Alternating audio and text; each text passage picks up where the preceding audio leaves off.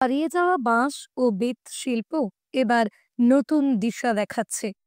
একটা সময় নিত্য ব্যবহার্য এই বাঁশ লোক সংস্কৃতি ও কারুশিল্পের প্রধান উপকরণ ছিল।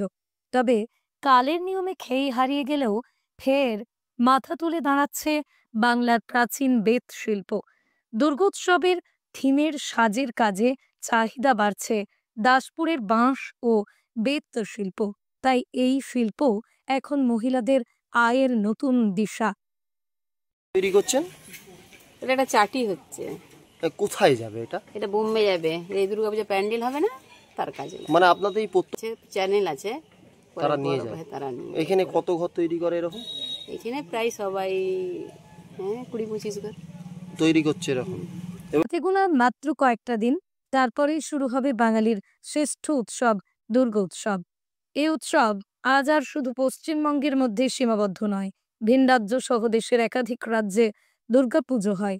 আর সেই সব পুজোর মণ্ডপ সাজানোর জন্য প্রয়োজনীয় বাঁশের তৈরি বিভিন্ন সাজসজ্জার সামগ্রী এখন পৌঁছে যাচ্ছে পশ্চিম মেদিনীপুর জেলার দাসপুর থেকে। একটা সময় ছিল বাঁশ ও বেত শিল্প ছিল রমরমা। তখন বাঁশ দিয়ে তৈরি হতো মাথাল, ওড়া, ভার, যা কৃষিকাজে ব্যবহৃত হতো। মাছ ধরা চাই, খালুই, জুইতা, মৎস্যজীবীদের হাতিয়ার, বাঁশের দোচালা, চারচালা, আটচালা ঘর, বাঁশের বেড়া, ঝাঁপ, বেলকি, দরমা, যা ছিল গ্রাম বাংলার নিজস্ব শিল্প সংস্কৃতির প্রতীক।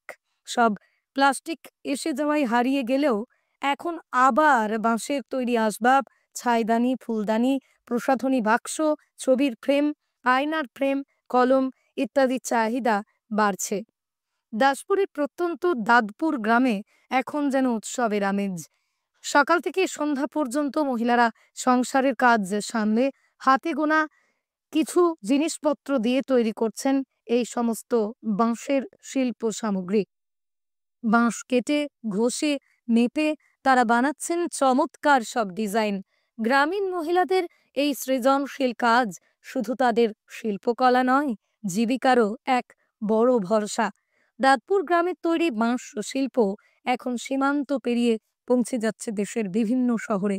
মুম্বাই সহ একাধিক বড় শহরের দুর্গাপুজোর মণ্ডপ সাজানোর জন্য এইসব সামগ্রী ভীষণ জনপ্রিয়। শুধু ভিন রাজ্য নয়, দেশের আরো অনেক রাজ্যের প্যান্ডেলে ব্যবহৃত হবে দাসপুরের বাঁশ শিল্প। এলাকার মহিলারা জানাচ্ছেন, দুর্গাপুজোর আগে থেকেই তাদের এই কাজের চাপ বেড়ে যায়। এই কাজ করে তারা সংসারের আর্থিক চাপে খানিকটা স্বস্তি পান।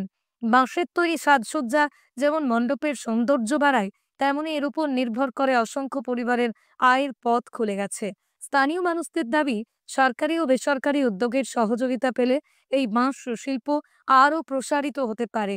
এতে একদিকে দুর্গাপুজোর থিম আরও বৈচিত্র্যময় হবে, অন্যদিকে দাসপুরের আরও বহু মানুষের কর্মসংস্থানের সুযোগ তৈরি হবে।